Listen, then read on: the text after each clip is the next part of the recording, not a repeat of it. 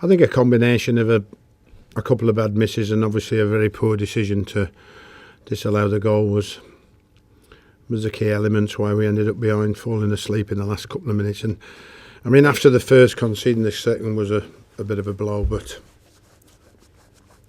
for me it was a great recovery in the second half, but not obviously we couldn't recover enough to get anything out of the game. But I like to say I think that the way we're going at home, if we'd have been allowed that goal as we should have done, I don't think we'd have lost to Arsenal today.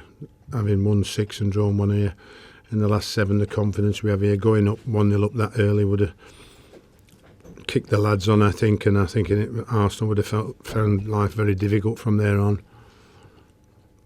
But it wasn't to be, and sadly we've ended up losing the game, which was probably a great spectacle. And I thought we'd captured it in the end, in the last minute, which should have been nice. There's nothing better than something happening in the last minute for you to give you a result. When Anna headed the one over the bar, but wasn't to be today.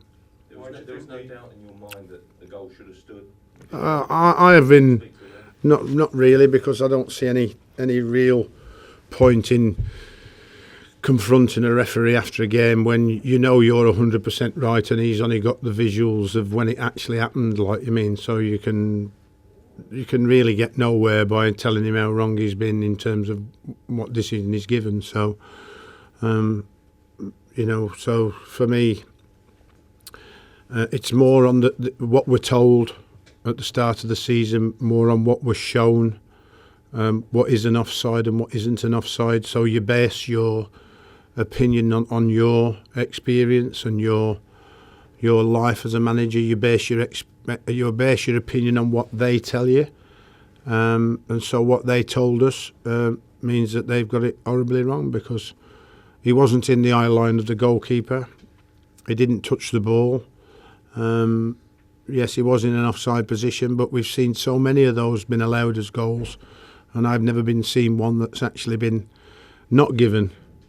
And if you could cast your mind back to Everton away, then that decision was given that Lukaku was stood offside even though the ball ricocheted off our player to him, and that was onside. So can you tell me what is an offside and what isn't? Because now I'm totally and utterly confused and bewildered.